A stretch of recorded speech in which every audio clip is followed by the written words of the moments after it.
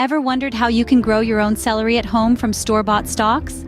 Imagine the convenience of fresh celery right at your fingertips, not to mention the joy of nurturing your own little green corner.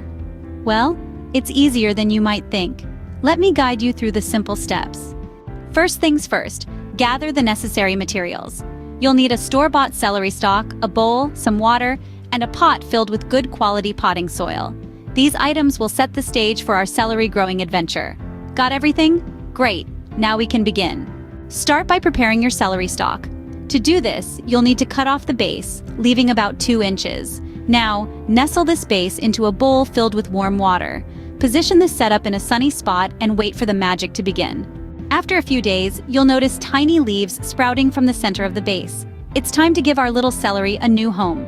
Start by digging a small, cozy hole in the center of a pot filled with nutrient-rich potting soil. Gently place the sprouting celery base into this hole, ensuring the sprouts are facing upwards. Now cover it lightly with soil, taking care not to bury those sprouting leaves. And voila! Your celery has been transplanted.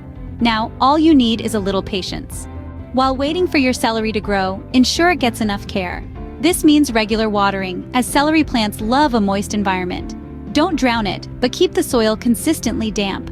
Sunlight is also crucial. Provide at least 6 hours of sunlight daily.